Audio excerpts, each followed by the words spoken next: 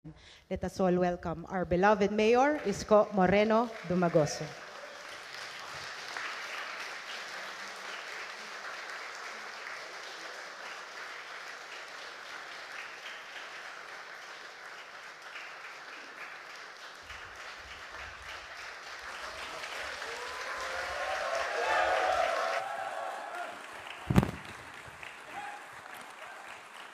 Thank you. Maupo po kayong lahat.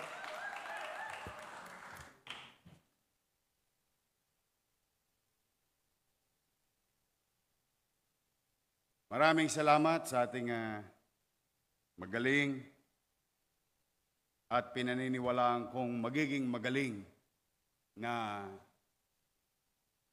pamunuan ng konsehong ito, ang ating Vice Mayor, Chi Atienza.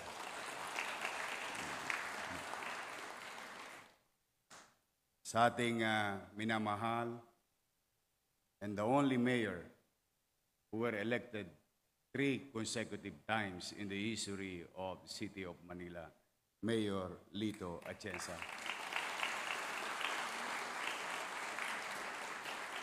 With his lovely wife, Mambeng,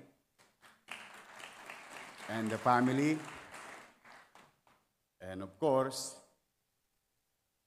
alam niyo naman, nag-iisa lang yung karatista ko sa buhay. Ang aking minamahal na may bahay, Tiny Dumagoso. At 10 ng aking pamilya. Nandito, nandyan si Frances, si Drake, si Patrick, and Franco. At yung gumawa sa akin na lolo, ang aking minamahal na anak na ngayon ay maraming salamat sa mga taga-Tondo. Konsehal Joaquin Dumagoso. To the members of the Sangguniang Panglungsod, magandang hapon sa inyong lahat.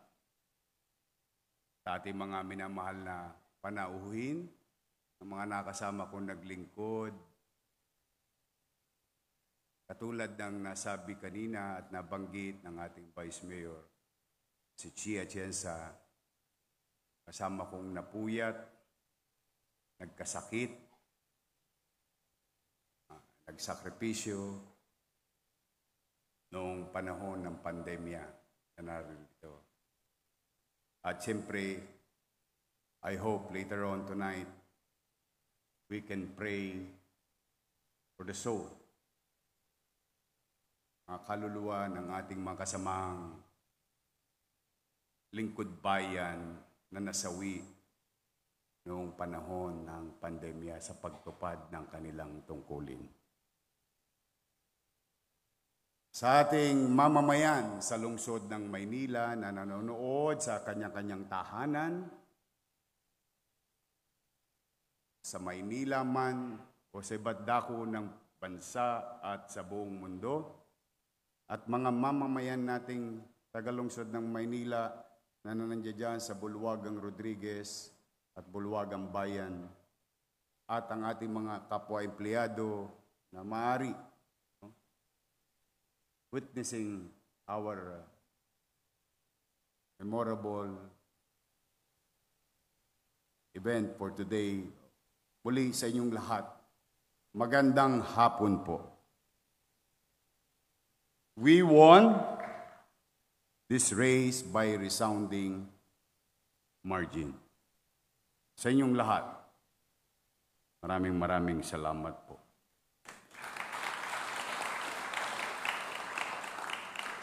With utmost humility, I accept this victory as a clear referendum on the brand of leadership we have demonstrated during my first term as your mayor of the nation's capital. With sound policies, executive ability, and firm and decisive action. Sa unang termino ko pa lamang po bilang inyong punong lungsod, inyong nasaksihan at naramdaman ang mga bagay na yaon. May gobyerno sa madaling araw, may gobyerno sa gabi, may gobyerno sa hapon, may gobyerno kahit holiday sa lungsod ng Maynila. Liwanag po mula sa matatag na suporta na ipinagkaloob ninyo sa akin. The people of Manila have granted me with a strong mandate to implement sweeping reforms. Tama naman. Dapat lang. Because we all share one dream to make Manila great again.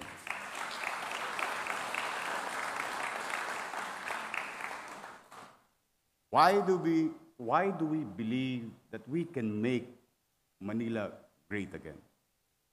Because we have every reason to believe that we can. Opo, kayang-kaya po natin ito.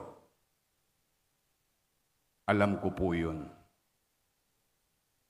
Sa susunod na 10 taon, ang pangarap ko po, I hope you feel the same way,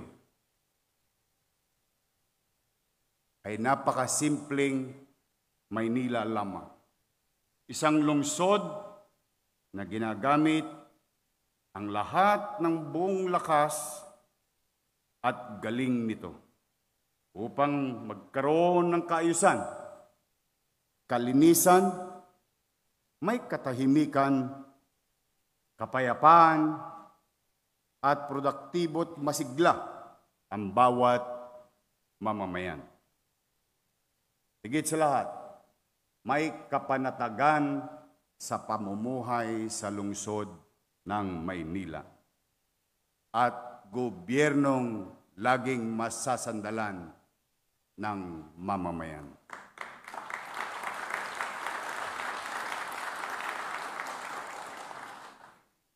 Pero bago ko himayin ang ating,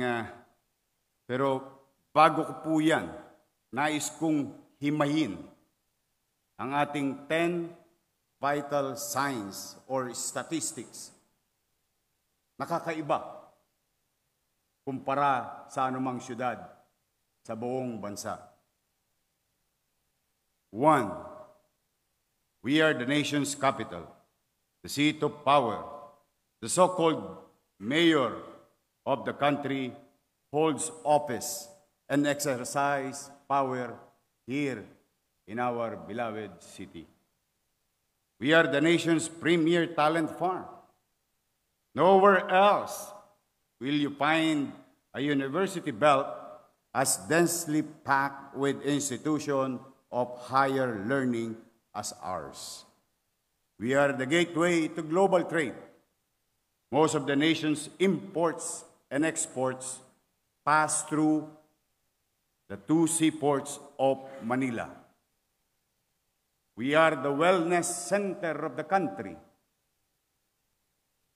There is a hospital cluster not far from here, the most prestigious institution of which is Philippine General Hospital, San Lazaro Hospital, Jose Reyes Memorial Medical Center, and Dr.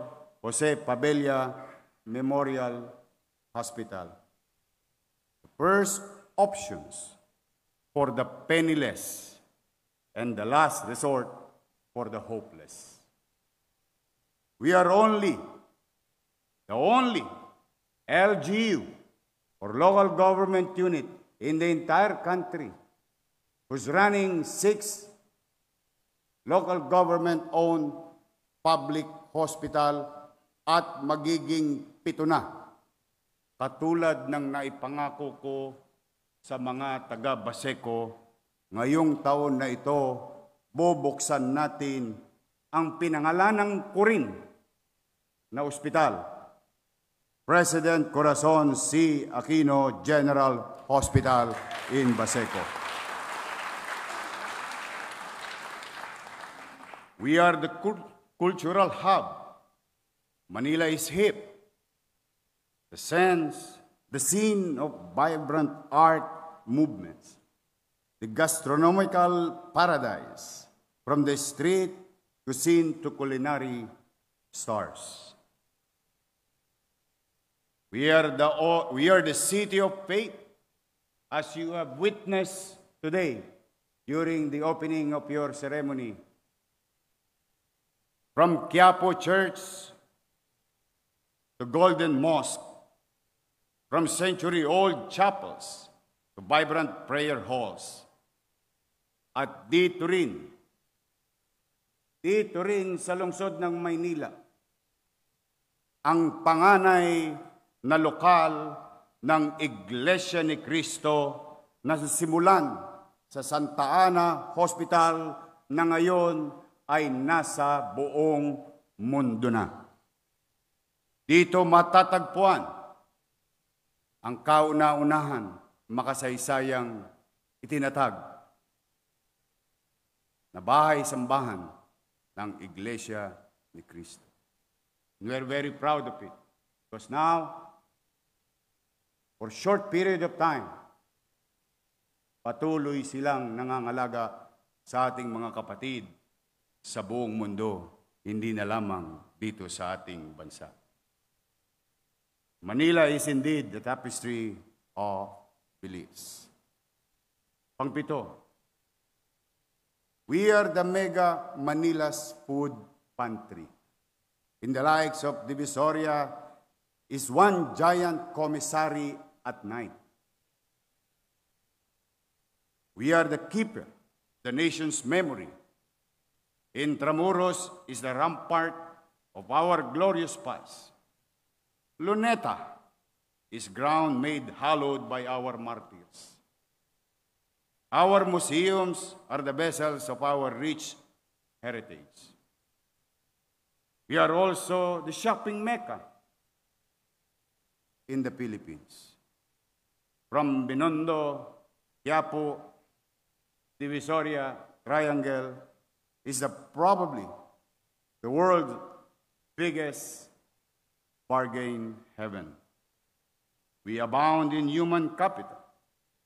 Ang Manileño ay malikain, madiskarte, edukado at porsigido sa pagtataguyod sa kanyang sarili. Napakaganda po ng ating mga vital signs or statistics.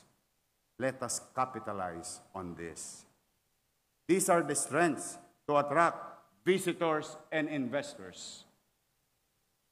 Increase the productivity of our residents and become more resilient and progressive city.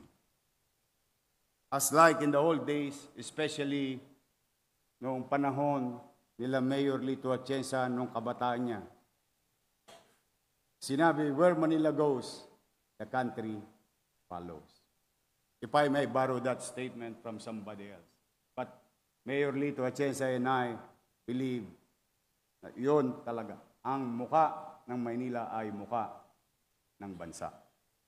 As Manila rises, so does the nation. Hindi lamang po slogan ang Make Manila Great Again. Isa po itong pangarap, platform of government. At tulad ng platforms of government, it needs clear, short, medium, and long-term development plans. Kaya ngayong araw na ito, ipahapyaw ko po sa inyong lahat at 10 ng ating mga mamamayan. Ilalatag ko sa inyo ang direksyon na ating tatahakin sa mga susunod. I hope God will allow it. Susunod na 10 taon natin sa lungsod.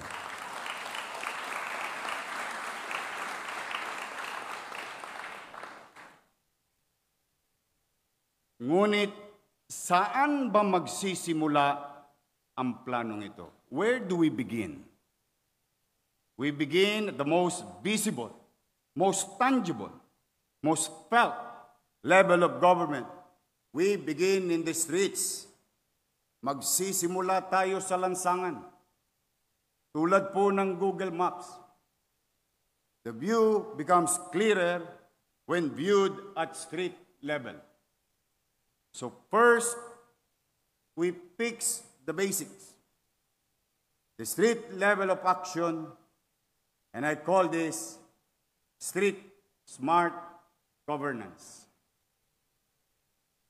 Garbage on the streets must be collected. Crimes on the streets must be stopped. Traffic on the streets must be kept flowing. Dirt in the street must be cleaned. Potholes on the streets must be filled. Dark streets must be lighted. Our children on the street must be kept safe. Orders on the street must be enforced. We are all stakeholders. We are stakeholders with a given space within the confines of the law. If I may repeat it, a space within the confines of the law. These are doable. These are immediate. Kahit kapos tayo ng pananalapi, kakayanin natin to.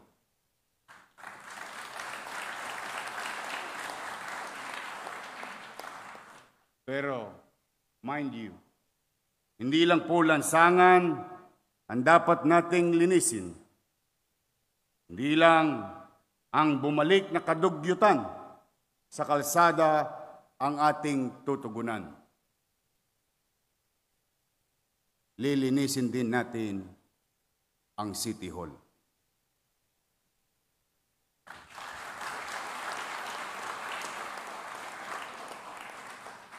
And that begins with the courage to do serious housekeeping, starting with getting our finances in order. Ito po ang big picture ng finances ng City of Manila. The city finances are in ICU.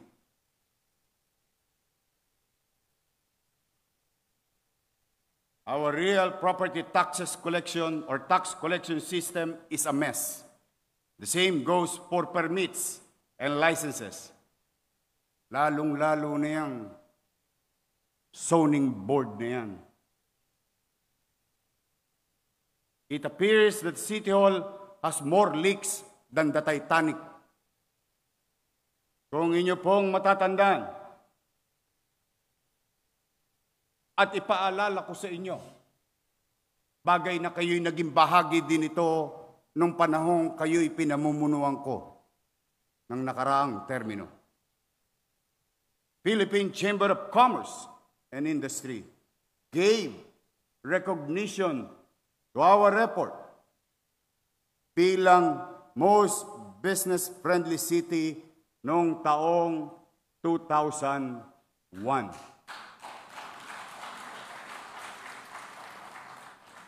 Kinilara rin tayo ng DTI at ng ARTA, ang ating Electronic Business One-Stop Shop or what you call EBOS, bilang fully compliant business processing permitting process na ayon sa ease of doing business. Ngunit, nawawaglit akong nawala na ang buong akala ng ating mga kababayan sa lungsod, ang mga bagay na nasimulan ko nang naging bahagi kayo, ay ipagpapatuloy nyo na lamang. Pinago-bago nyo pa. Noong nakarang Nobyembre 2024, sa pamamagitan ng isang memorandum lamang ng dating Secretary to the Mayor. Inalis ang processing ng business permit sa opisinang itinalaga ng batas na dapat na may saklaw nito. Alam po ba ninyo ang ginawa ng Secretary to the Mayor? Lumikha ng isang grupo under his watch upang siya ang mag-process ng business permit application sa lungsod ng Maynila. Dahil dito, marami tayong natanggap na reklamo ukol sa mabagal na proseso. Sa ating datos na nakuha, halos 1,000 new businesses application ang hindi na proseso. Napabayaan o pinabayaan? Ang masakit pa po nito, may ibang mga negosyanteng umalis at inilipat na lamang ang kanilang negosyo sa ibang syudad. Ang isa pang masakit na katotohanan, may mga negosyanteng hindi tumuloy ang kontratang pinasukan dahil sa katagalan ng pagpoproseso ng kanilang business permit. Napabayaan? Pinabayaan. Kaya sa ating mga mamumuhunan na nakikinig, nanonood, ito ang direktang mensahe ko sa ating mga negosyante. Pumanatag po kayo. Ibabalik natin sa Bureau of Permits ang kanilang mandato upang muling maging mabilis ang proseso ng permit.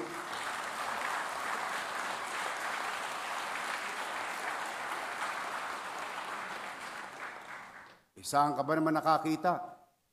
Gumastos-gastos pa ang taong bayan para magpasweldo at itatag ang business permit. Pero isang tao lamang pala pwede nang mag-permit. We will go back to the gold standard of business permit process na ating inilunsad na dati, ang Electronic Business One-Stop Shop or EBOS. Walang real-time collection, monitoring ang nakaraang administrasyon. Hindi ko po sabi. Sabi po ng Commission on Audit. Kaya sa ating pagbabalik, dapat may up-to-date dashboard ang city government finances. At yan ay gagawin ko sa pamamagitan ng Task Force PACS o Fiscal Accountability, Cost Transparency, and Spending. Facts based on numbers because we have been living on the fairy tale of fiscal solvency. Facts kasi kung flat ang koleksyon, flat din ang serbisyo sa taong bayan. Nasa financial ICU na po tayo. Ang kapitolyo ng bansa, where Manila goes, the country follows. Sabi nga nila. We are dipping into cash reserve. While obligations mount and the promise to the people go unredeemed. Noong pong nakaraang taon, kayo na mga bahagi ng konsehong ito at ang ating lungsod ay nag-aproba ng tao ng budget 25.8 billion pesos. Ngunit ang total revenues, internal at external, ay umabot lamang sa 21.234 billion pesos. Simple lang po ang arithmetic. Kapos sila ng 4.650 billion. Ang ibig sabihin, nag-budget ang nakaraang administrasyon ng lampas sa kanyang kokolektahin. Kaya't nabitin ang mga bayarin at proyekto. Natigil din ang maraming serbisyo mano pa patungkol sa pangunahing pangangailangan ng ating mamamayan. Tanong, magkano ba ang bayarin na iniwan ng nakaraang administrasyon? Negative 10.2 billion pesos and counting.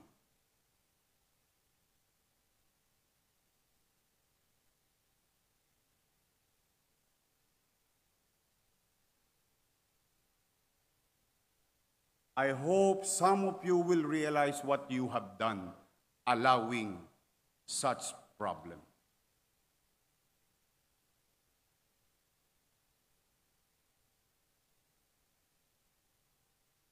Never. I cannot even fathom this kind of mess. Hindi pa po kasama dyan ang utang sa BIR. Sa mga empleyado, nung ako'y nag-mayor, may kinaharap akong suliranin ng mga kawani ng pamahalaang lungsod ng Maynila, amounting to 300 million pesos sa GSIS. For some ability, we did convince GSIS, for that matter, and gave us discount so that our co-workers in City Hall may retire and get their benefits.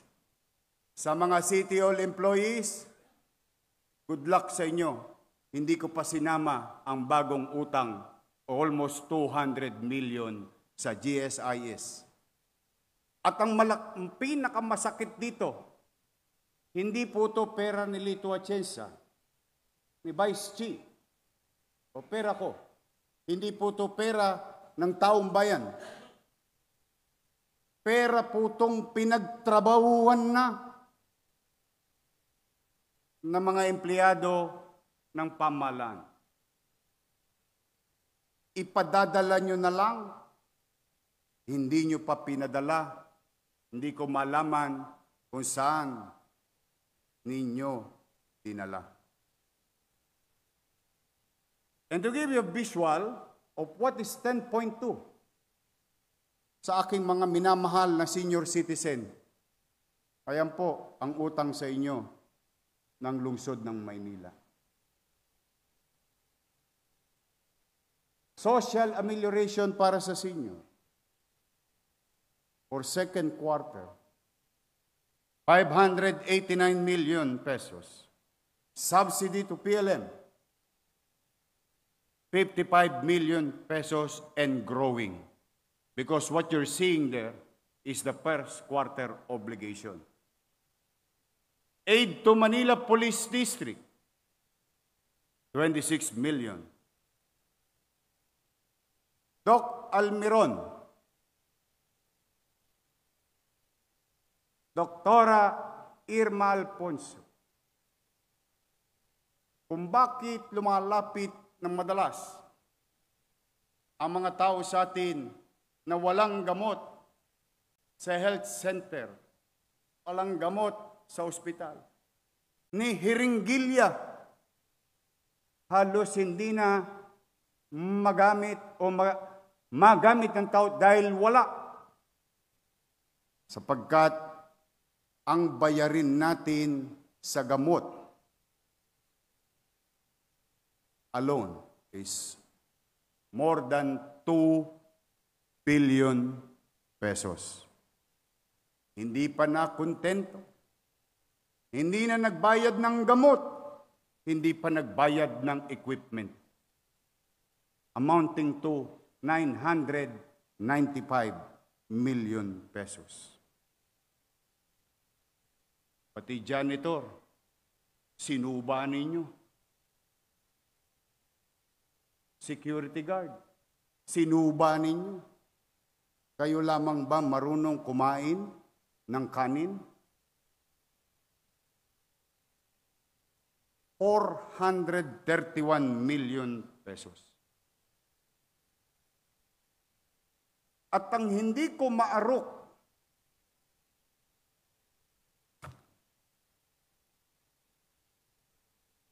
ipinagsinungaling ninyo at ng mga kabahagi noon. Kaya tayo iniwan ng Lionel, hindi nyo binayaran ng 8 buwan. Sino mang negosyante, maliit man o malaki, hindi mo bayaran ng 8 buwan, titigil yun kahit gusto niyang maghanap buhay. Now, today, to the people of Manila, you will know sino ang tapat at totoo.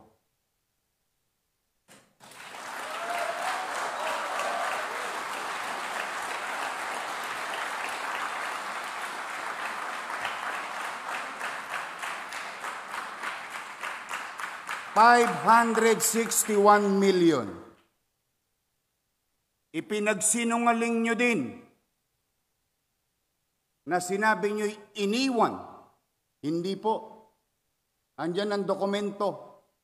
Nagpaalam ng Oktubre ang Lionel. Nang maayos. Ngunit, bagamat hindi sila nababayaran, ipinagpatuloy nila ang kanilang obligasyon hanggang Disyembre 31 ng taong 2024. Huwag na kayong magsinungaling, baka pag nakita kayo ng truck driver ng Lionel, sagasaan kayo. Nagpuputukan sa mga barangay chairman na nanonood. Alam ninyo ang totoo. Pinalitan. Bagay naman na diskresyon ng sino mang alkalde kung kanino siya komportable at sanay. Pinalitan ninyo dito rin sa konseho. Kumuha kayo na alam nyo naman. Iba sa inyo yung matatanda pa sa akin dito. Na alam nyo naman na hindi pwedeng paghati-hatiin ang distrito ng Maynila and multiple contractors because our boundaries cannot be identified properly from one district to another. E di magtutulakan lang yan ng basura. Pero yan ay dinesisyonan ninyo. Anong nangyari? Anong naging epekto? Ang sinabi, sinabutahe, pati ako nananahimik, dinamay nyo pa.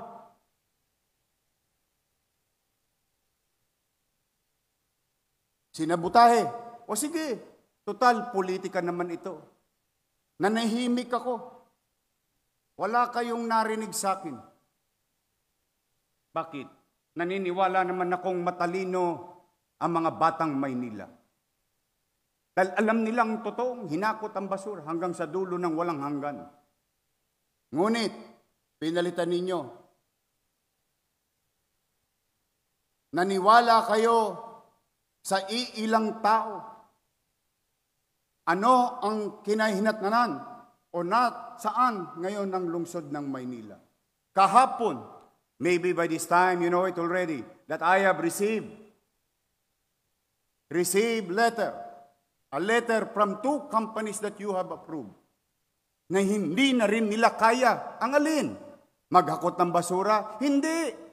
Hindi na rin nila kaya mag-operate kasi hindi rin sila binayaran ngayong taon na ito, except on January. Now, magkano ang utang natin o babayaran natin sa basura? 950 million. So, lumalabas, dala ng pagkakataon,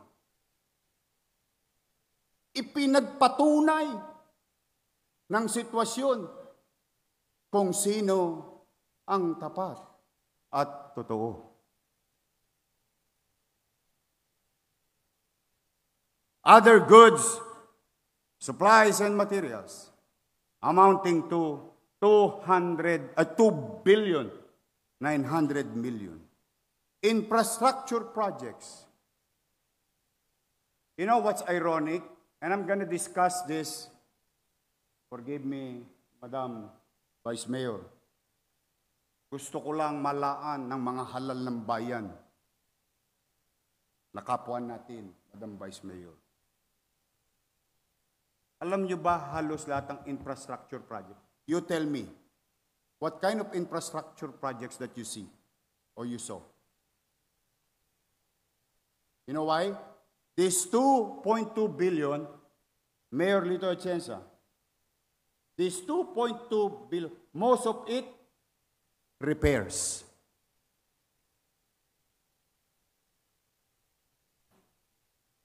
So that you know, negative 10.2 billion pesos and growing. 3.4 billion of that, or 33% ng nasabi kong numero, ay higit 1 taon ng overdue. May kapabayaan? Pinabayaan? Istapa.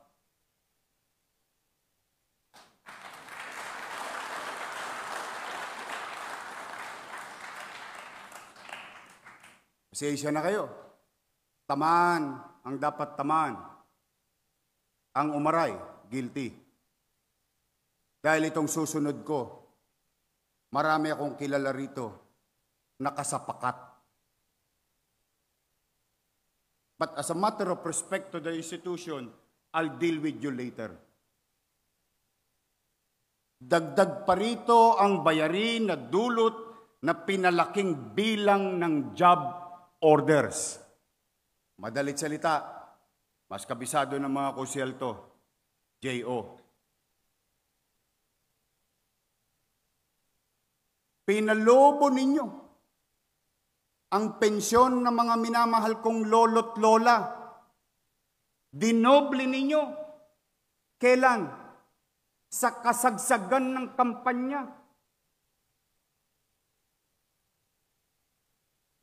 940 plus million, ginawa nyo 2 beses. Saan pupunta? Saan tutungo ang syudad? Pinola ninyo mga lolo't lola ko. Binubudol ninyo. Buti na lang, ako pa rin ang binoto nila.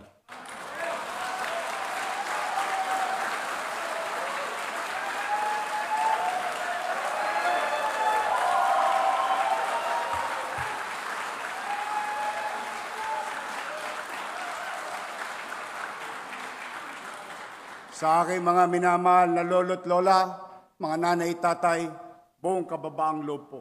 Maraming salamat sa pagtitiwala ninyo.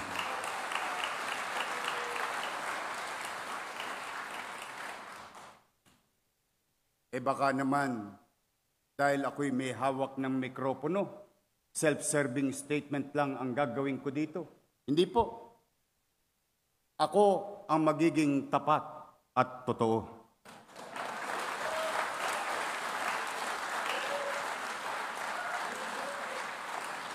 Una, ang pagiging katapatan sa tao. Kung kayo ay may iniwang bayarin, ako po may inutang. Na minsan hindi ko kinubli. Ang masakit, kasama ko kayong nangutang nun eh. Pero, bagamat ako'y nangutang, tayo'y nagtatag ng matagal ko ng pangarap. Irma Alfonso, Dr. J, Edward Tan, Letlet inabot pa to. Che Bormeo, Lou Biloso, mga matatagal ko ng kasama. Alam ninyo, sa puso't isipan ko, noon pa man pangarap ko na mamigay ng lupa at pabahay.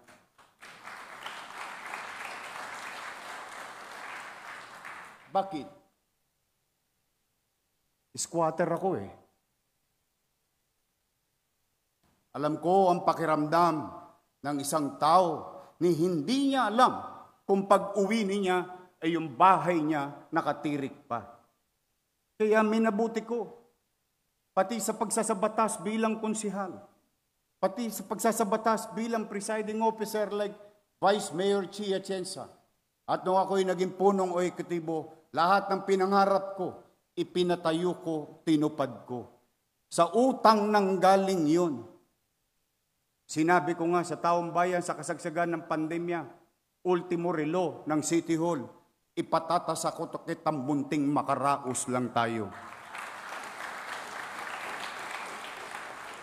Nakaraos tayo ng pandemya, na itatag ang mga pabahay, libo-libo.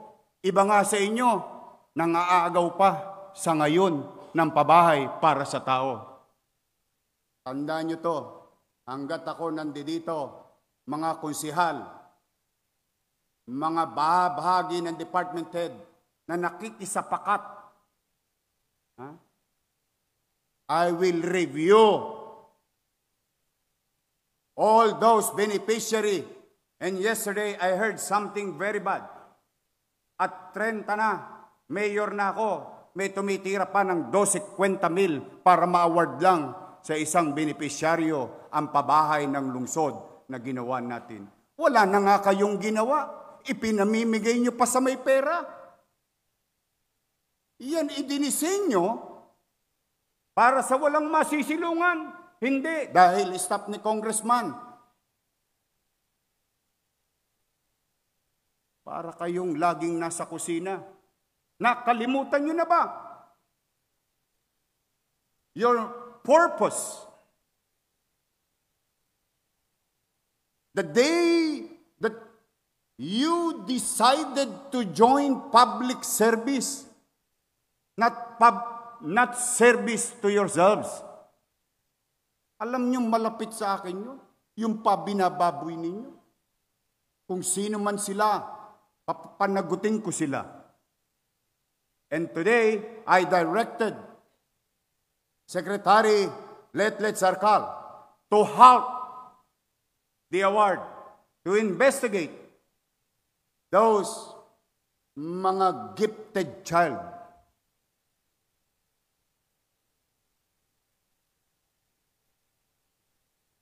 May bahay naman tayo eh. May masisilungan tayo. Paano ang wala?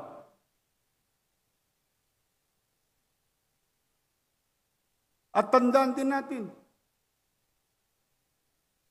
yan ay hindi ko ipinangutang na ang tanging dahilan ay pagbayarin galing sa lumang income. One day, I don't know, by accident, there was a news came to public, and I read about the Mandanas ruling. And when I read the decision of the Supreme Court, magkakaroon ng windfall o extra income ang ating minamahal na lungsod. And mind you, and I want you to go back a little bit with our history. Before I assume as your mayor, we will never be entertained by any government banks. Bakit? Napakasama ng COA audit report ng siyudad ng Maynila. Ngunit, bakit nagkaliwat kanan ang bangko ng gobyernong lumapit sa atin? Bakit? May bagong pera. Hindi mo kailangan taasan ang buwis ng tao dahil may paparating na bagong income. And through some financial engineering, I am no economist, but I know what is the effect of inflation to every human being, not only in Manila, but the entire world. A peso spent today is better than the same peso spent tomorrow. And with that, napatupad natin. And with that, nakatawid tayo. 8 buwan, walang nagutom sa lungsod ng Maynila.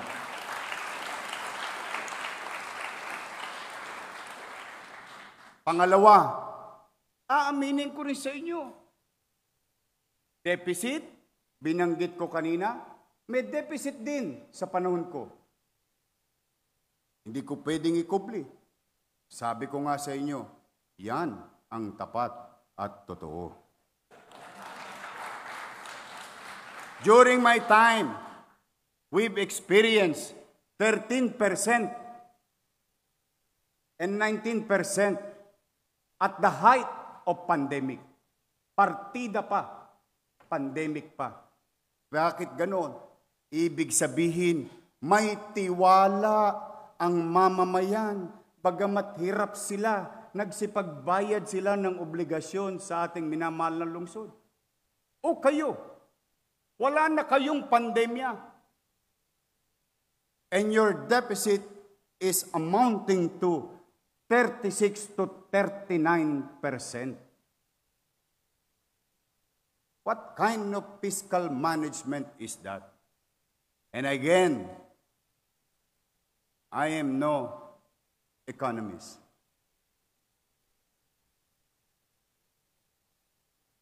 Nasa financial ICU na tayo.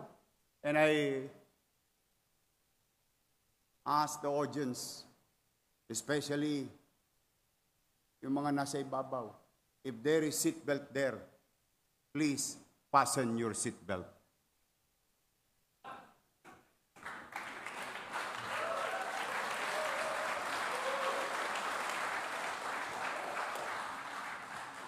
Kasi baka mahulog kayo sa bangko sa susunod kong ilalahad na tunay na katayuan ng ating lungsod.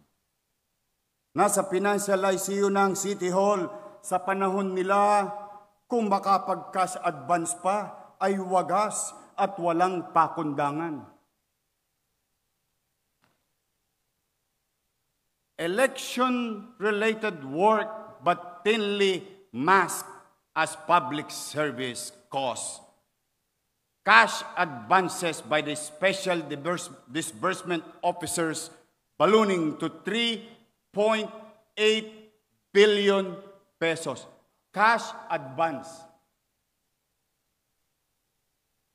Naalala ko si Mayor Lito Atienza, 10,000 lang yata, ayaw pa mag-cash advance eh.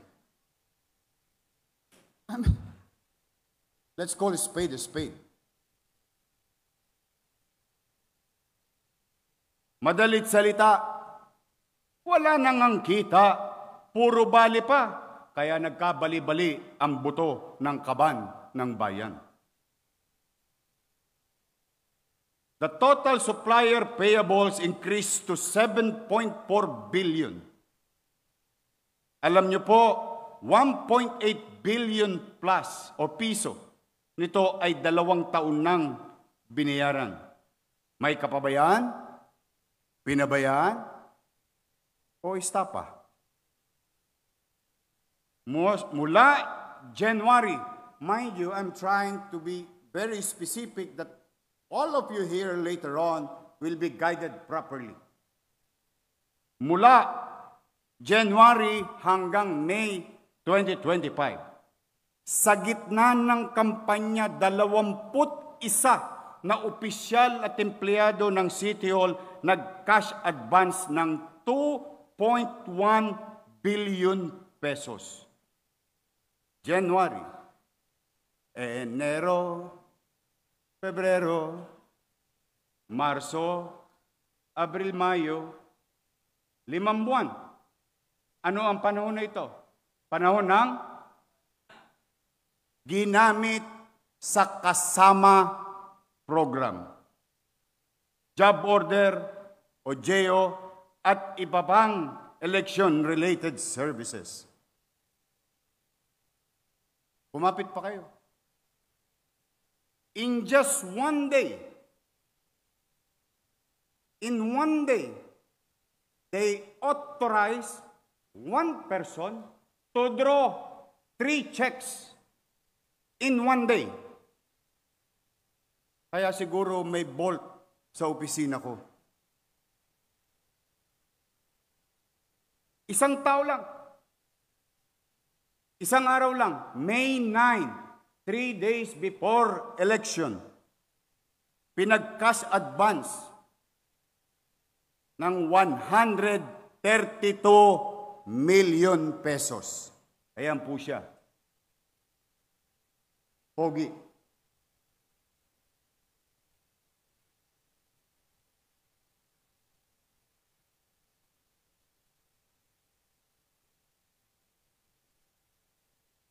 Mind you, and let me repeat, in one day, 132 million pesos. Ang pangalan po niya, Jonathan Garso. Kahit na ipinagbabawal ng Omnibus Election Code, ang titigas niyo, ang lupit niyo, para kayong alkohol, wala kayong patawad sa mikrobyo. Basura kinukuha niyan eh. Isa pang mataas na opisyal ng City Hall, lilingunin natin sa tawag na Assistant City Administrator. Nag-transfer ng malaking pondo from General Fund patungong Trust Fund. Yorme, wala naman pong masama doon, nag-transfer lang pala. Anong ibig kong sabihin? Gumastos ng 683 million sa Trust Fund at bawat hindi tama, hindi otorisado, nung mabubuking na, inutusan mag-transfer from General Fund upang ibalik sa Trust Fund. Ang pera, 683 million pesos. Ayan po siya.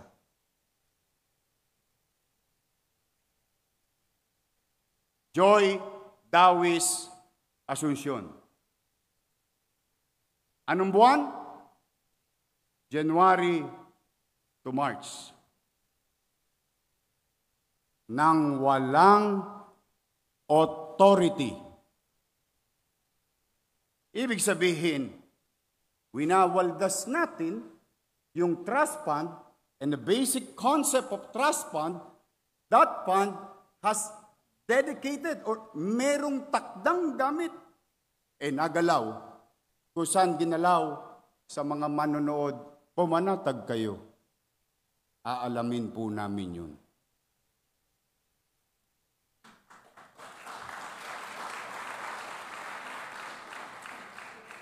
Sa kasagsagan ng eleksyon, isang empleyado ng City Hall, ang pangalan Fernan Bermejo.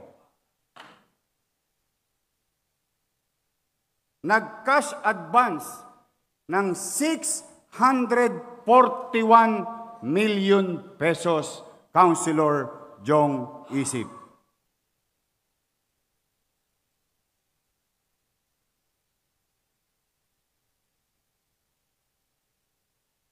Kasi baka nagtataka kayo, bakit walang pambayad sa 10.2 billion? Service rendered, product received, product use, and so on and so forth. Nasaan ang pera? Unti-unti ko nang ipinamumulat sa inyo kung nasaan ang cash. Ayan po siya. Kung kanina, si Joy Dawis, first honor. Ito po, magna cum laude.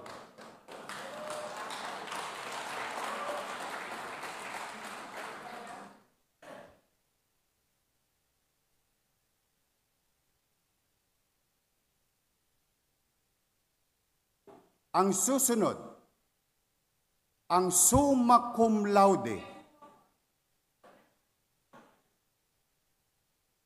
Attorney Marlon Lacson, amounting to 1.1 billion pesos.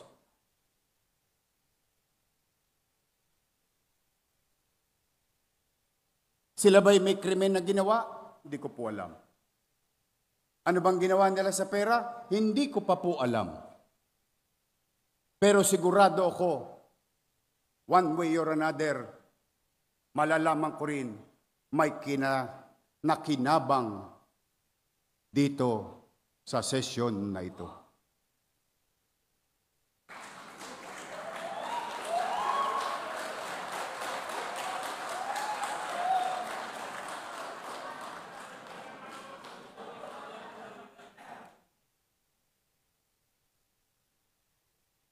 Before I continue,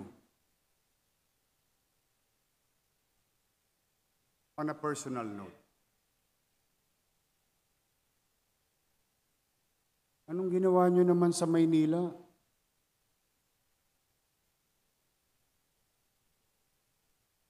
Wala na ba kayong konsensya? Puro na lang ba kayo si ako, si ako, si ako, paano ako? Wala na ba tayong kahihiyan?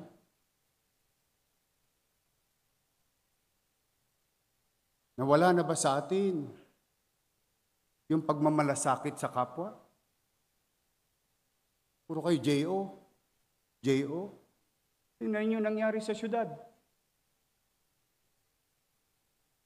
Makapagbintang pa kayo sa kampanya, wagas. Hindi ko lang talaga kayo pinatulan ng kampanya. Bakit? Ipinagpa sa Diyos ko. Bakit kayo pinagpa sa Diyos? Ang hirap ng paliwanagan, ang taong nagtitengang kawali. Salamat naman sa Diyos.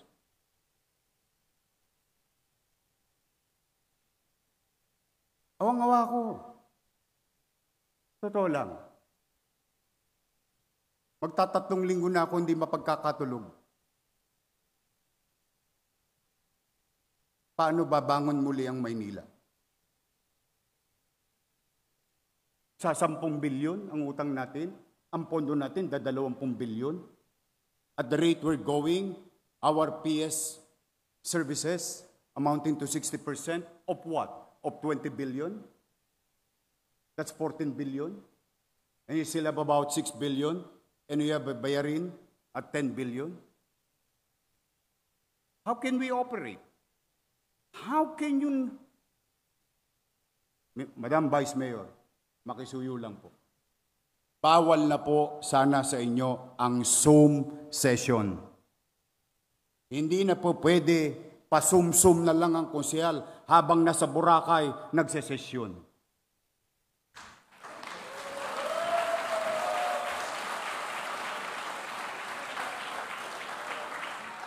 Ang sasarap nyo, ako hindi pa nakapunta sa Amampulo. Kaya ko naman. Hindi ko naman sinasabing masama yun. But if I may use the saying, for evil to succeed is for good men to do nothing. Ang pananahimik ninyo ay pagpayag ninyo na maghari ang kadiliman sa ating buhay at pamayanan. And I hope we start realizing we together repair this. We can repair this. We can heal the city.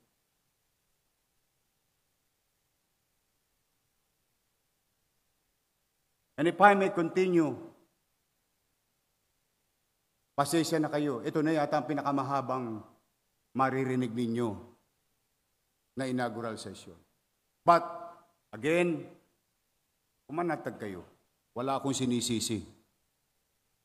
Inilalahad ko lang ang paktwal na katayuan ng ating lungsod. To these individuals, whether you are still in the City Hall or not, I'm ordering you to submit your truthful liquidation report in accordance with the government rules and regulation. You know the drill. You know the consequences of what you did. Para po sa kaibuturan ng ating mga kababayan, pumanatag kayo. Baka maitanong nyo dyan habang nagko-comment kayo sa Facebook. Anong gagawin sa kanila? I already stated it. We'll just focus on first things first. The garbage crisis, the peace and order of the city, and we will go after them.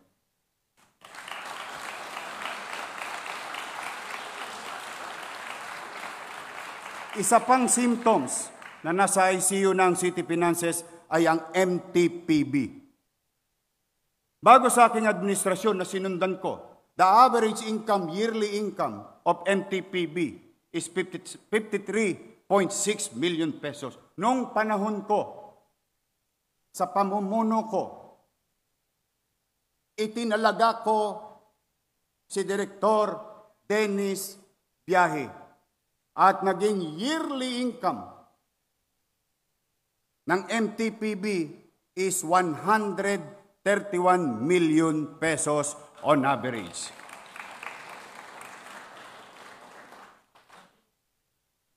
Makikita ninyo, January to June, ang income bago nawala si Director Dennis Biyahe, nasa 73 million. On the same 6 months, ang naging income ng Maynila ay 56 million. You do the math. Saan napunta? Hindi ko po alam. Aalamin ko po. Pero, today, we have to give justice to a person because there is grave injustice done to him. Ipinagpasinungaling na siya ay tinanggal. Para sa ating mga kababayan, hindi po siya tinanggal. Nag-resign po si Director Dennis Biyahe dahil dumarating na sa MTPB si Eddie at Patty. Now, what is the effect? The numbers don't lie. Hindi niya kaya. Bakit? Itinagubilin ko na pangalagaan ang ahensyang yaon. Pero pinagdudahan, nino? Yung mga nandiyan dyan, sa tabi ng Office of the Mayor. Bakit? Kasi gusto na ni Congressman ng 2 congressman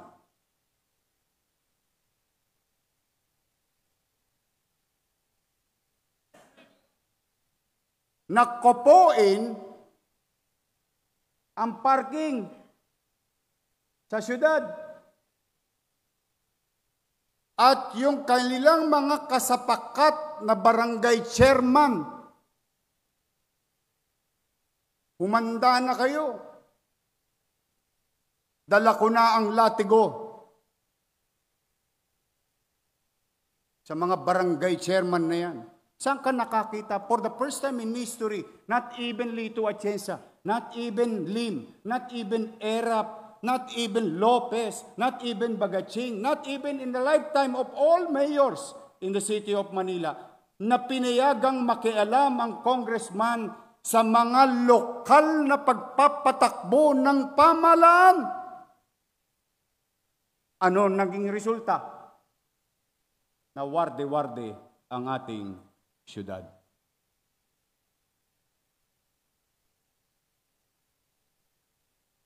Kasi atat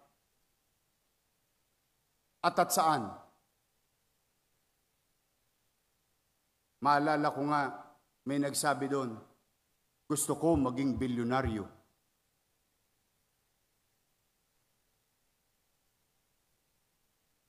Pakiramdam ko, natupad niya na ang pangarap niya.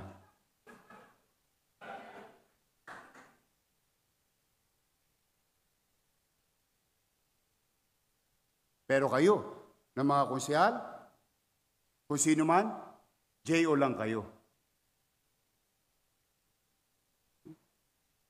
I never taught you that way. So ulitin ko, hindi tinanggal si Direktor Dennis Biyahe. Si Direktor Dennis Biyahe nag-resign kasi hindi niya kayang isubo yung isinusubo sa kanya. Na siya namang naging resulta ng mga numerong ito. Ano ang katotohanan sa job order? Parang sinisilihan yung ibang konsyal dito.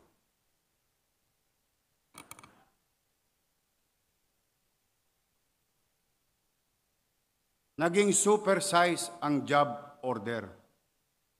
From 8,309, naging 9,830. 1,500 na tongpats.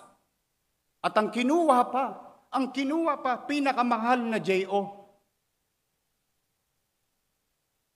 Simula lamang ng Disyembre 2024 hanggang Marso ng 2025. Maliwanag na ito ay katas ng election job fair. Marami sa mga barangay chairman, mga kagawad na nakinabang dito. Maliwanag din na umabot sa 217 million pesos ang kakailanganing kunin sa kaban ng bayan, karagdagang pampasweldo sa kanila. Wala po sila sa City Hall, nag-house to house po sila. Kaya dito, sa ganitong sitwasyon, inatasan ko na mga department head na magrekomenda lamang ng based on what is essential and what is necessary. Now, let's start healing and curing our city's finances. At sisimulan ko ang pakiusap na ito sa aking mga minamahal na lolo't lola na nandito, nanonood sa kanya-kanyang tahanan, nanonood dyan sa bulwagan. Ako po, ayon sa pag-aaral ng ating finance team, hindi po sustainable yung ginawang pagdoble sa inyo ng allowance. Kaya naman, yung dati-rating 948 million times 2 ay hirap na po ang syudad. Kaya po, ako na po ang nakikiusap. Mga minamahal kong lolo't lola, ibabalik ko po sa dating sitwasyon ang ating financial allowance sa mga senior citizen ng Maynila.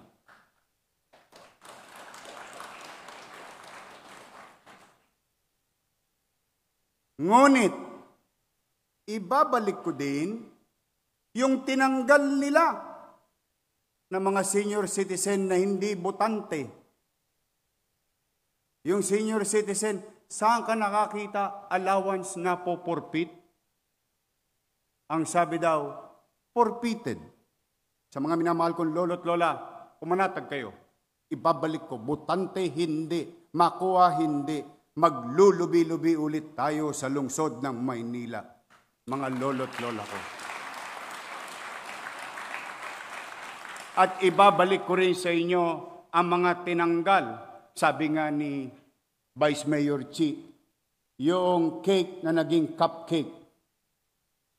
Lahat ng bagay na sinimulan ko, ibabalik ko muli sa inyo, mga minamahal kong lolo't lola.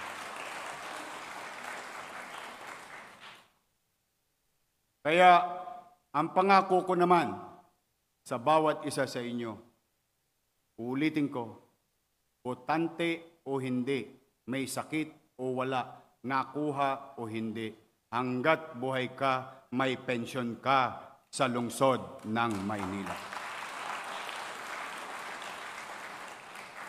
Because I will be remiss in my job and forsake my sworn duty to protect the interests of the majority if I continue this political stunt of fiscal recklessness of the past administration. Now, to the City Hall, I will lead by example. The City Hall will lead by example. Habang inaayos natin ang pananalapi, napakarami rin pwedeng magawa. Hindi lang marami, kundi napakarami na ang pwede nating gawin agad-agad to make Manila great again. Total, lumaki akong sanay na walang tulugan. At noong panahon ng COVID, namuno ng walang uwian. Therefore, I will ask for sacrifices that I will not bear myself. I will not demand the kind of service that I will not be the first to render. My office will be the kilometer zero of this policy. Change begins at City Hall. On my first 3 hours in office, I have signed 20 executive orders and appointment of executive officials. That is to make sure that there is no vacuum and that engine for change start to hit the ground running 12:01 of June 2025. I've signed Executive Order number 1, directing all officials and employees of LGU Manila to be the exemplar models. We will start with basic, good moral and right conduct. To make Manila again, we must begin at City Hall. Ang opisyal at empleyado ay hindi pabaya sa trabaho at hindi abusado. May paggalang sa batas at mga alituntunin na pinahiral ng pamahalaan. Paggalang sa pakikitungo sa nangangailangan, magalang sa kapwa empleyado, magalang sa kapitbahay, at kung saan man kayo mapapadpad, maging magalang kahit kanino. Hindi irresponsable sa social media, hindi nagkakalat ng fake news. Sa oras ng trabaho, hindi nakikipagchismisan. Kahit luma ang damit, hindi kailangan maging mukhang dugyot. May respeto sa oras ng iba at sa mga nangangailangan ng tulong. May busilak ng iting ipinapakita. Kahit hindi oras ng trabaho, handang lumapit at tumalalay sa sino mang nangangailangan ng tulong sa inyong paligid. Hindi makikitang nagkakalat ng basura, nagpapark ng sasakyan kung saan-saan. Para naman sa ating mga health workers, inaasahan namin na kayo'y magiging mapagkalinga. Huwag na kayong sisimangot. Padadalang ko kayo ng gamot. Kaya naman nahihirapan yung ating mga health workers eh. Anong ibibigay nila? Kispirin? Yakapsul? Togmolodon? Bakit? Itinira natin ng JO eh. Pambili na lang ng paracetamol, gineo nyo pa. Kinas advance nyo pa.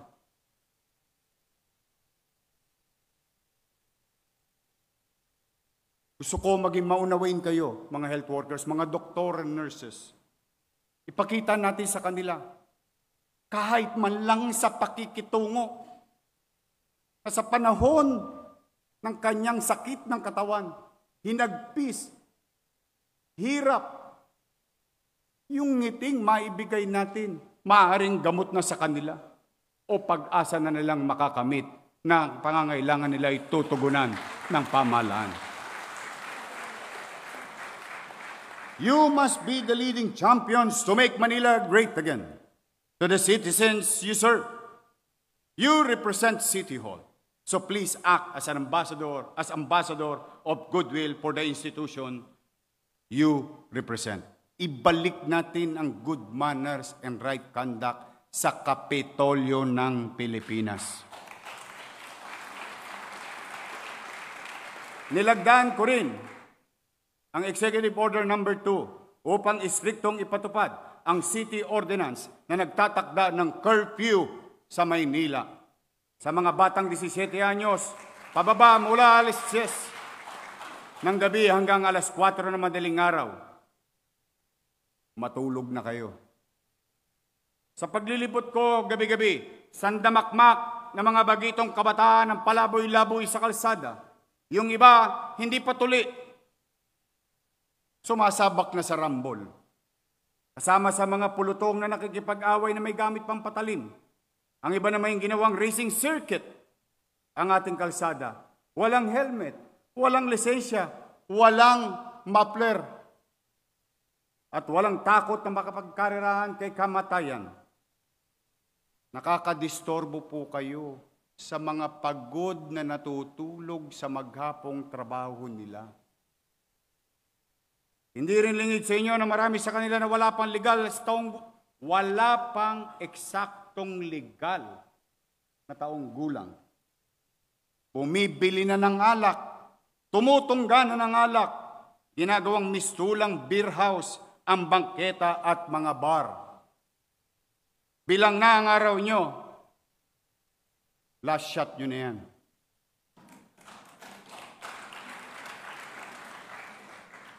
On a serious note, when these feral kids go wild, they cause mayhem, public disturbance, and danger to themselves. And the worrisome for the parents. For this purpose, I have directed the Manila Police District to establish checkpoints in all ingress and egress of the city of Manila, which you have seen already through the leadership of General Gomez. Andiyan po siya. Guzman. Sorry. Ayan po ang ating district director. 10 ng kanyang mga kasamaang opisyalis ng ating kapulisyan sa lungsod.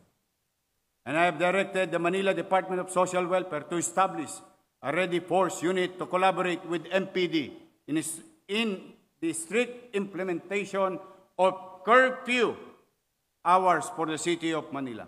Nilagdaan ko rin, Executive Order Number 3, all barangay officials to lead the simultaneous declogging of canals and estero and cleaning of their street starting July 5 and every Saturday thereafter. We will be consistent with this policy. We will be consistently implement this policy. And I will provide you consistent leadership for this policy. Nilagdaan ko Executive Order Number 4, reiterating strict enforcement of Ordinance Number 8772, entitled Motor Vehicle Modified Muffler Noise Regulation. Nakakabingi mga tambucho nyo, mga tolongges.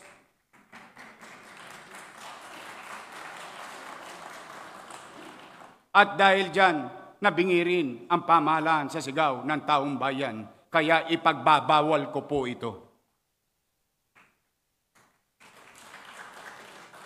Ours must be a city of sights, not city of signs. Not a perpetual display of dead cables and wires.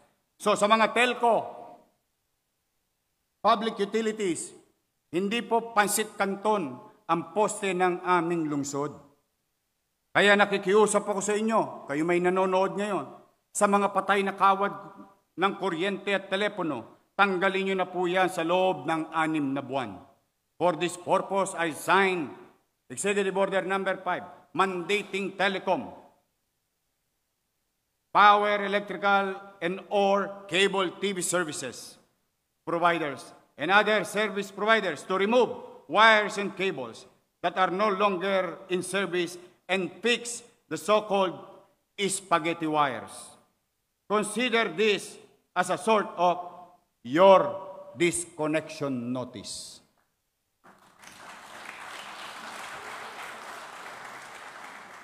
Mga telcos and utilities, huwag nating hintayin. Kayo'y testigong buhay. Huwag na nating hintayin may madisgrasya muli sa tumumbang poste katulad na nangyari sa Binondo. Walang lindol, walang aberya, tumumba na lang kung yung poste hindi kinaya ang mga kabling yaon. Buti na lamang, hindi na umuulit pa. Upang ang pulisiya na ito'y magiging tuloy-tuloy, inihimok ko ang konsehong ito sa pamumuno ni Vice Mayor Chi Atienza na gumawa ng ordinansa tungkol sa layuning ito. Lahat kayo may pamantayang sinusunod, lalo na ang frontline workers tulad ng traffic enforcer. Ginawa kong halimbawa sila sapagkat sa kilos at asal ng mga visible workers natin na uhuhulma ng taong bayan ang opinyon kung anong klaseng kawani ang tagalungsod ng Maynila. You in the Traffic Bureau, wittingly or unwittingly, provide the world an image of what a Manila City worker is.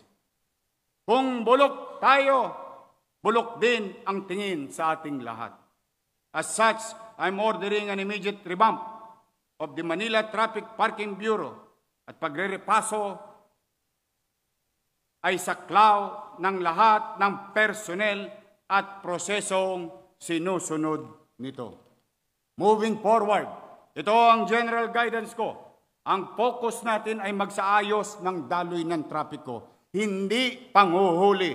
Kung ballpen na pansulat sa ticket ang pangunahing ginagamit sa traffic management at hindi pito, ito ay mali. Traffic stops or signs should not be the penalty traps.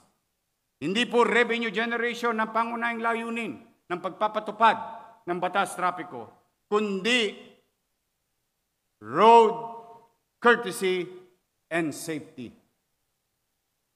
Lalong-lalo na sa mga nanonood sa gitnang silangan o Northern Luzon and Southern Luzon, sa mga magsasaka nating naghahatid ng pagkain sa atin dito. Ito ang garantiya ko, hindi na po ambush alley ng kotongero ang lungsod ng Maynila.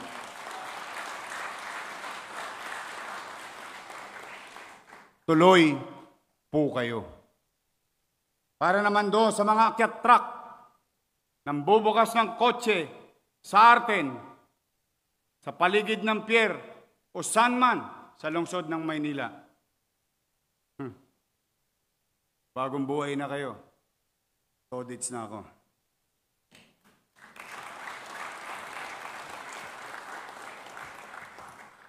Narito ang panawagan ko naman sa DPWH, DOTR, Maynilad, Manila Water, lalo na ngayon pag pumunta kayo sa Malate. 5-5 ang hukay, taon na ang binilang. Meralco, PLDT at iba pa. 24/7, work should also apply to road repairs and construction.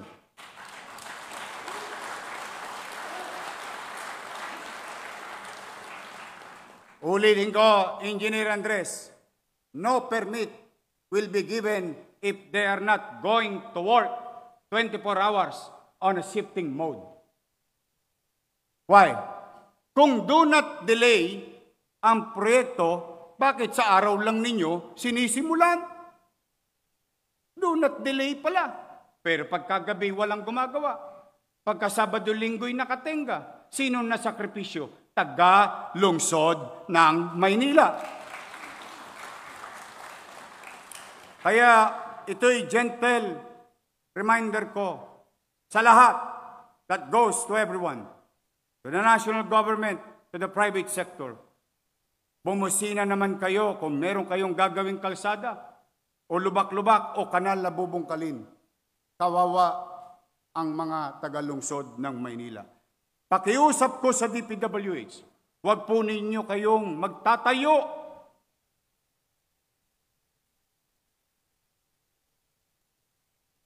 Pag kayo magtatayo ng gusali o infrastruktura sa lugar na ipinagbabawal ng batas, saan ka nakakita? Pera ng congressman.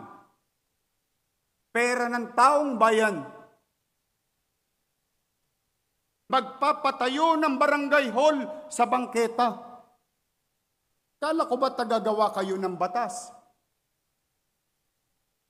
Bakit kayo nagtatayo ng barangay hall at building sa tapat ng eskwelahan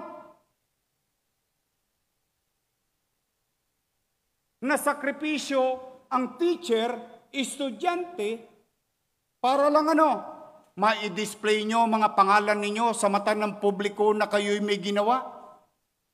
Pero ikinarga ninyo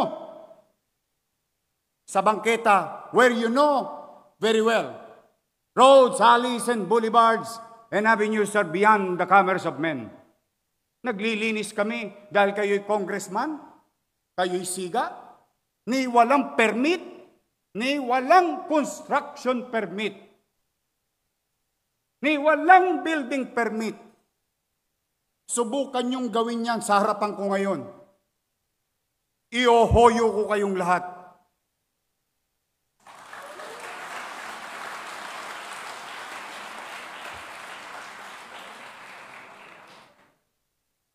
That's what you call technical malversation of public funds.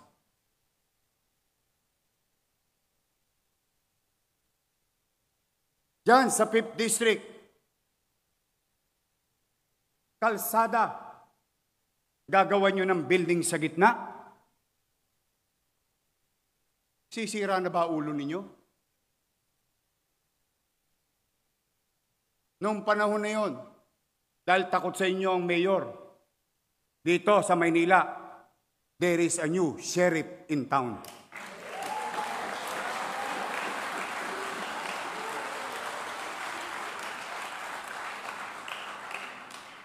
Kaya sa ating kapwa-kawani na naglilingkod sa DPWH, we want progress, we want development, but we put and utilize our resources sa mga bagay na kapaki-pakinabang sa ating kababayan na hindi nakakapamerwisyo ng kapwa at komunidad.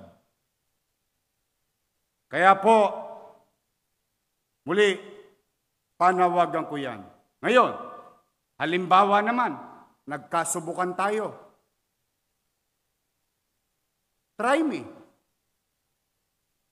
Ibalandra nyo yung truck ninyo sa kalsada. Ia-acetilin ko yan.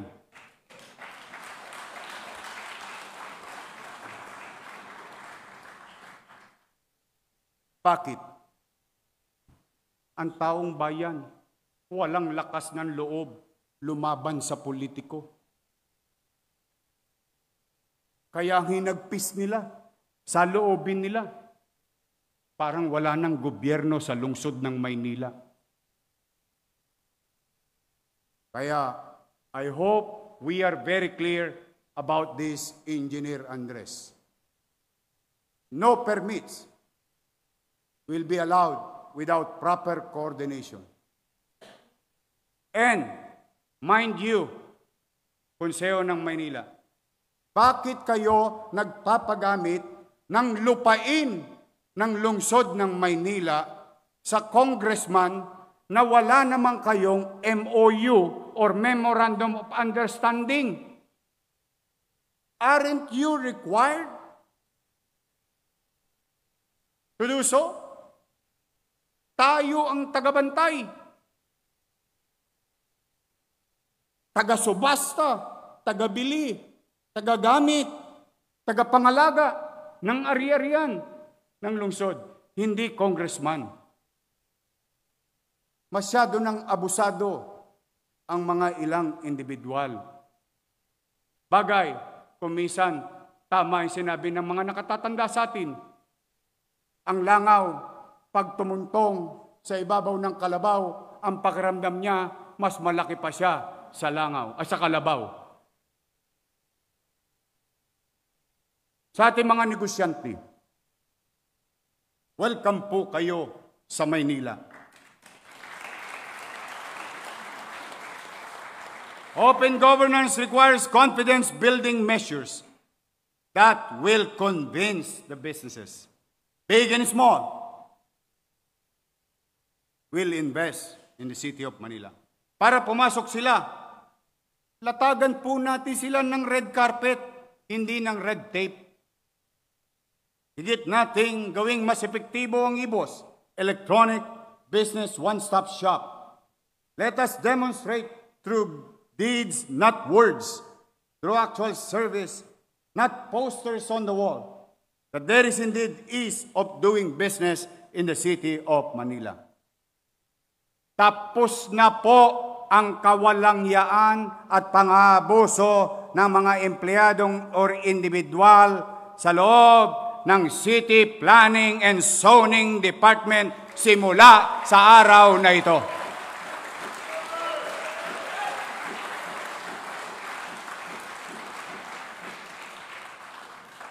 Now, let's go back to our taxpayer. And I appeal before this chamber, this council, and I appeal to you through the leadership of our Vice Mayor, Chia Chensa. I am now submitting before you today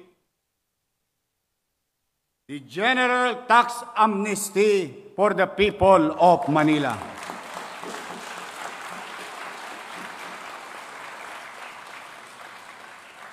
Bakit po? Ginawa po silang bakahan. Alam niyo po ba ang ibig sabihin ng bakahan? Ang baka, ginagatasan. Mas gusto nilang mali ang taxpayer para patuloy na madala sila sa farm. And that will stop. We have to give ease. There is economic struggle or challenges in the world, not only in our country, but in the world. Same that thing also in our City of Manila. Bibigyan natin sila ng bagong simula. Maswerte sila, magsisimula sila ng zero.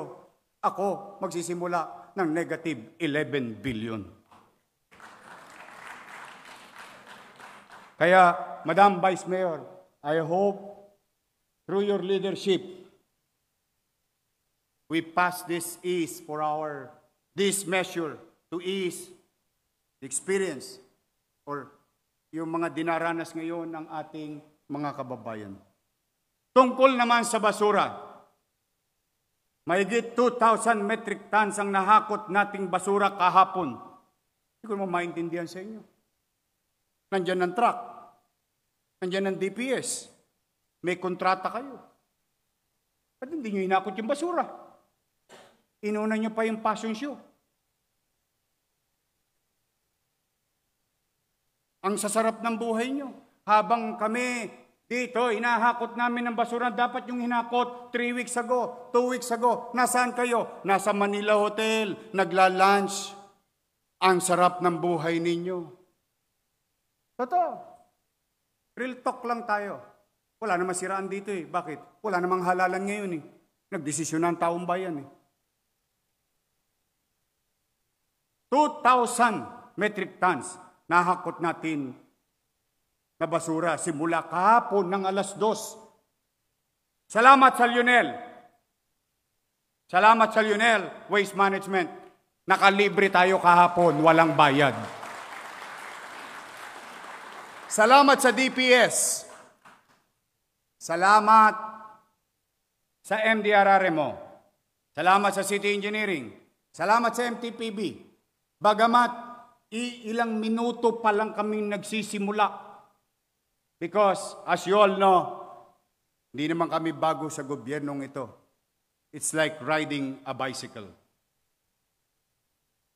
Muscle memory. And same thing, I have to give credit where it's due to the Metro Manila Development Authority to help us ease the pain and suffering and threat to help of our people. 3 linggo, 4 na linggo. Wala man lang nag-privilege speech dito. Wala man lang isa sa inyo nagtaguyod ng boses ng inyong nire-representang distrito. but that is water under the bridge.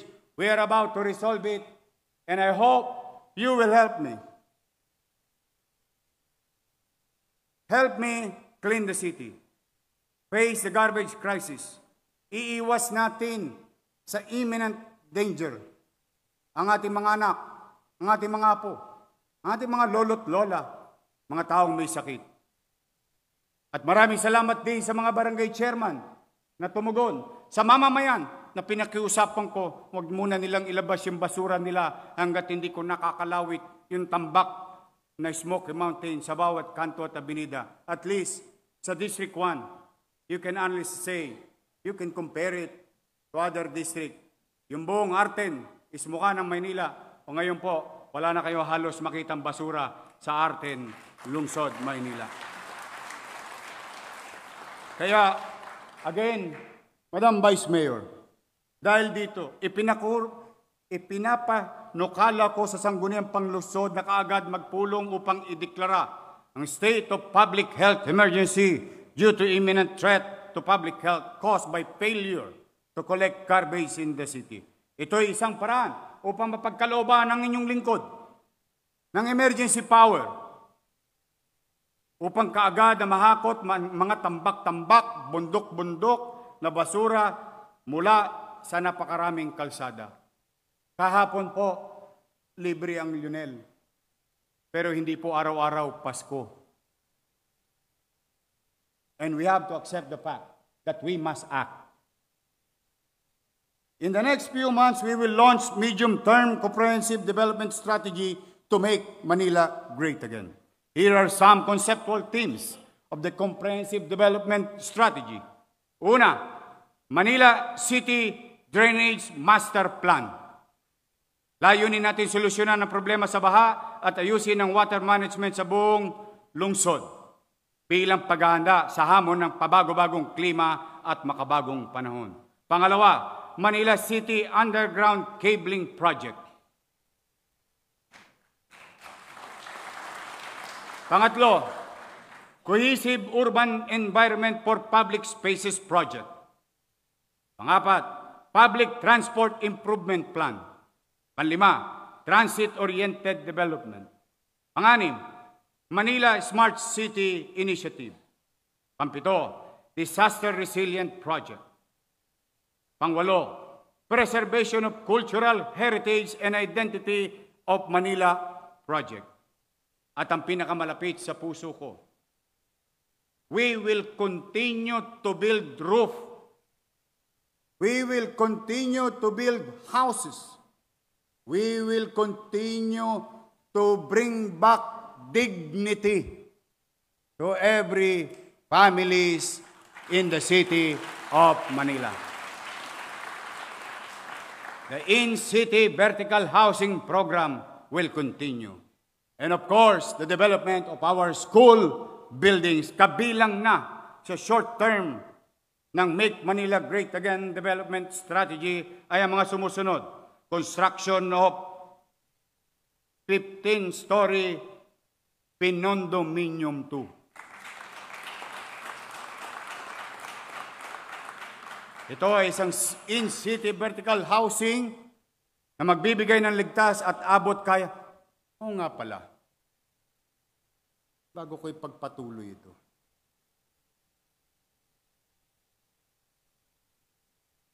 Anong rent-to-own yung sinasabi ninyo sa housing?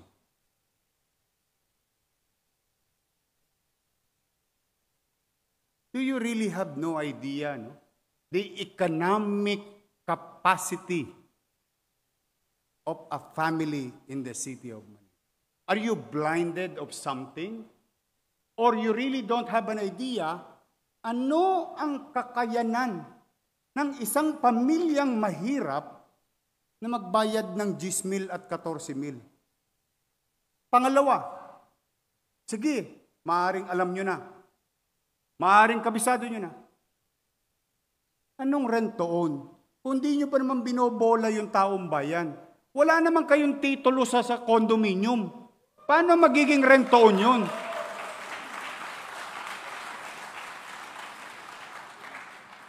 How can it be rent-to-own? Did you see individual title? Have you approved before this chamber of the subdivision plan of that condominium? Mambobola lang kayo, nambubudol pa kayo. Hindi po totoo yun. Bakit? Yung programa po na yun, iisa lang ang titulo, yung lupa. Because it was not designed that way. It was designed to uplift, to bring back dignity to those families living in the city of Manila who cannot afford even an apartment dahil mahal. But, as I have said, I have directed our secretary to the mayor, Let Sarkal, to review all these things.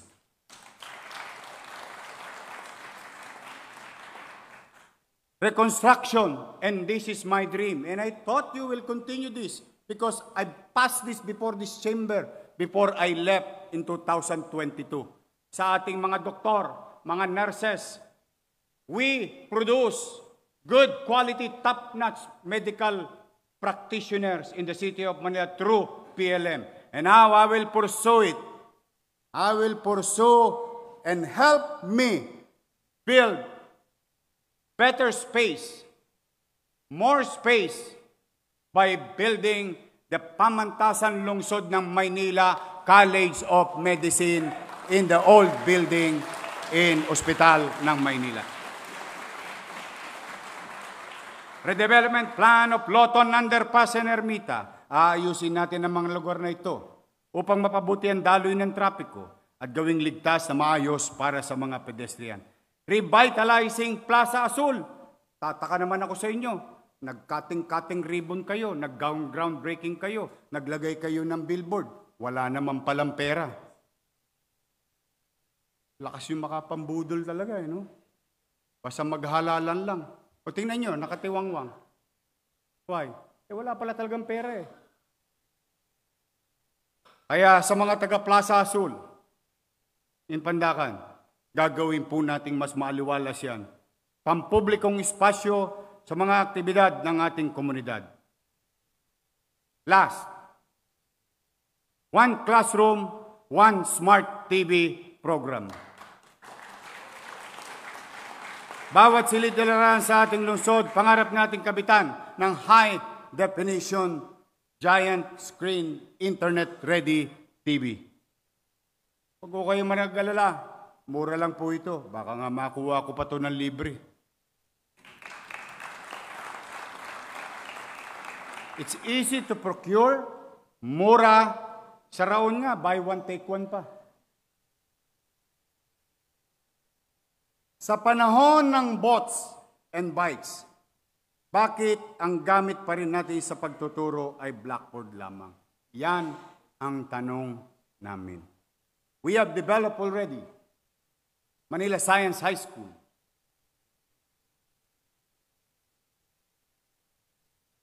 Sa Port District, Albert Elementary School. Rosauro Almario Elementary School. And I am going to give this message and address this to the people of Sampaloc. Umasa kayo. Akalain ninyo inatayo ko lahat ng eskwelahan kasagsagan ng pandemya, 2 taon lang. Ngayon, 4 na taon na hindi pa gawa yung Magsaysay High School. Pumanatag kayo, we will pursue it sa lalong madaling panahon na magamit nyo na ang paralan na yan. These are low-hanging fruits, ripe already, easy to implement, but it will affect our students in a better way. Uya na. Marami pa eh. But I just wanted to be forward and honest about the situation. This cannot be sugar-coated. It cannot. Let's taste the painful words said today. Because in problem solving, it's not being solved only by the scientists and great minds. Even them, they cannot. if you don't know how to accept that there is a problem. If you keep denying and lying about the real situation, any situation that challenges human being, hindi mo mariresolba. Maigi nang tanggapin natin ang katotohanan ngayon. Then, we move on with our lives. Again, I am not blaming anyone. I am not. I just wanted to know sino talaga ang gumawa, sino ang may gawa, sino ang kasapakat, and so on and so forth. Then it stops there. I want to each and everyone, those who are my allies, and I said it to everyone, to the members of the executive, hahabulin natin yung mga talipandas. We will dedicate our time, 2% of it. Para naman hindi sabihin, naghihiganti tayo. Papanagutin lang natin yung dapat managot. But I want each and every one of you, come, rally to me. Let's use 98% of our time solving problems, making services, and dedicating it to para magbenepisyo ang ating mga kababayan. So sa lahat ng kababayan natin rito sa lungsod ng Maynila, residente man kayo o dito naghahanap buhay, pansamantalang nag-aaral o may pangmatagalang negosyo, o kahit nakikiraan lang kayo, ito po ang mensahe ko sa inyo. May gobyerno na muli sa lungsod ng Maynila 24/7. Ibabalik natin ang isang gobyernong matino at may puso. Ibabalik natin ang maaliwalas at panatag na pamumuhay para sa mamamayan.